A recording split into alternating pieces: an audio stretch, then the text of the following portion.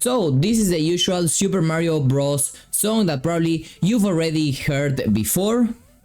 But what happens when you are underground? The music changes. Whenever you consume a star, okay, and everything starts to happen a little bit faster, the music also changes. Or also, what happens when you are running out of time? The music also changes. So all these are basically techniques to boost player engagement and to create better experiences in our games.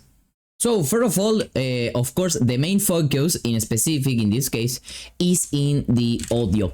So the audio is basically any sound, okay, any music that is being played during the game. And first of all, in terms of audio, okay, we have two main, not types of audio, but two main categories of audio. What we have are sound effects, okay, and then the other type of audio that we usually have is music, okay. Of course, here in this video we are talking mainly about this last one, okay. But basically sound effects are those audios that are played under a certain condition, and usually they are very short. So for example, when the player collects a coin, when you are able to kill an enemy. So all these are examples of sound effects, okay. When the player shoots, whatever it is. But the music has, first of all, usually a melody of instruments, okay. It can even have a vocal, okay. It can have many things. It's usually longer, and it's basically music, okay? I don't want to get too technical. I'm not also an audio engineer or anything like that. These are just definitions that I've made directly here live with you, okay, to be able to differentiate both. So the key thing with the music, okay, is that we can have two types of music, okay. In reality there are two types of audio, but here I just want to focus it on the music itself. So we have one type of music and another type of music, okay. One type of music is static music, okay, and the other type of music is dynamic, or also called interactive music. So I believe that you can kind of understand the differences between them, because the names are pretty self-explanatory. But basically, whenever we are talking about static music, okay, it's basically a track, okay, that is played from A, okay, to B. And what happens in the game doesn't matter and doesn't change this. It's basically an MP3, an MP3 file or similar. It starts and finishes, and it can even just kind of start again, okay? So it's basically that.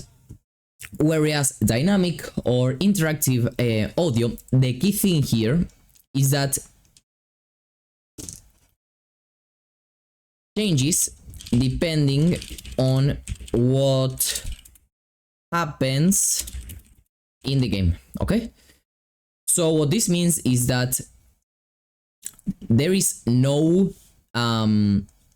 this symbol here means so or as a result.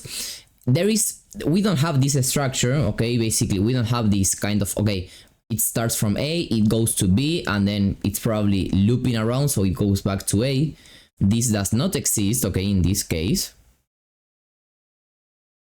But what we have are different tracks. So let's say that we have track 1, track 2, track 3. Okay, and depending once again on what happens, okay, in the game, the code automatically is gonna play either track 1, track 2, or track 3, okay. So for example, as in Mario Bros, we may have one track, okay, for ground, okay, for ground, and let's say normal state and ground, okay. So basically for the normal levels, okay, the ones from the first world, the first example I showed you, and it's in normal state, okay, because track 2 could be for a state in which not much time left state, which could be a little bit more frenetic, maybe more rapid, and track 3 could be for normal underground.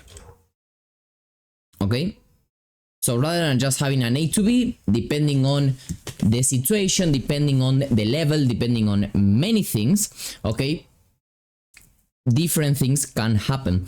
And the cool thing is that these tracks can be kind of combined together, because, for example, as you have seen in Mario Bros, for example, what you have is that, okay, you have, for example, a music for the underground, okay, for those levels that are like blue, okay, that they are kind of, let's say, played in a cave or something similar to that, and you have the ground, okay, like as the first level. Okay, so those are, that is like one classification, but the other classification for when to play which music is the actual game state. Okay, so in this case, not much time left. So here we have two types of music, or two musics that are gonna be played in different situations, so and depending on different things. So in this case, for example, we have music depending on the type of level, if it is either ground or underground, or even depending on the game state, if it is normal or not much time left. Of course, there could even be more states, okay, but this is just an example. And let me just put here the colors. So not much time left, this is game state, and the other one with purple is gonna be our type of level. Okay, so when to use static or dynamic music? So the first thing that you really have to understand is that dynamic and interactive music really boosts immersion. Okay, why is this? Because once again,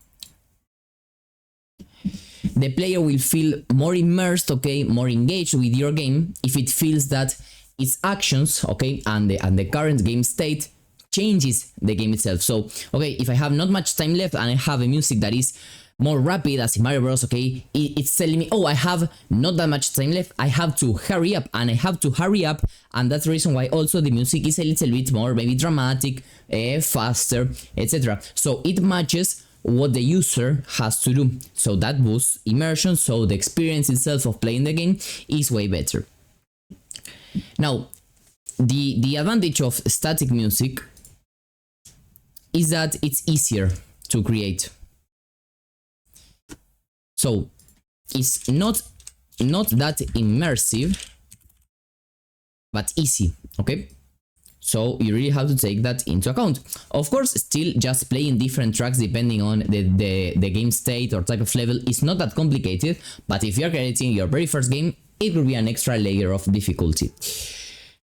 So, and also another thing that is important for static music is that, or actually for dynamic music, is that some games do not really require it, okay? So some games do not need it, okay? Or maybe it's not a must, or even it's weird to see a type of game that could have this type of music.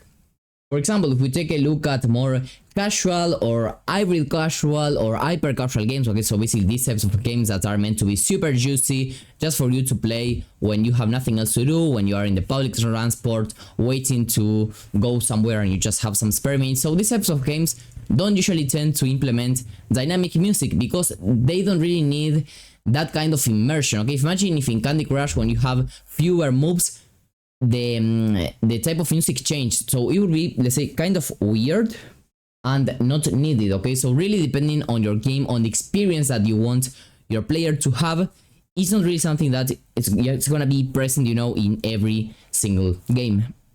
So this is what I wanted to mention in this video. As you can see, a pretty interesting topic that is, by the way, not usually covered in videos, okay? So I hope that you take a screenshot of this and kind of start to study these concepts. The cool thing is that if you like the way in which I explain and you want to learn more stuff, okay, you can go to the description of this video, go to this link, okay, which is gonna directly give you 1 month free, okay, of Skillshare, where I have all my game development courses. Once again, 1 month completely free of charge. You just log in, okay, and that's all, and you get access to all my classes where I have currently more than 100 students. Or if you want to access the courses individually, you also have here links to each of my course. Okay, I have here some Godot courses. You can check once again the ratings, the amazing number of students that some of them have. For example, this one. You even have here a ChatGPT course, a Unity course, a Python course. So once again, all amazing resources for you to continue learning. Okay, so I will see you there. Make sure to check the description down below and have an amazing day. Bye bye.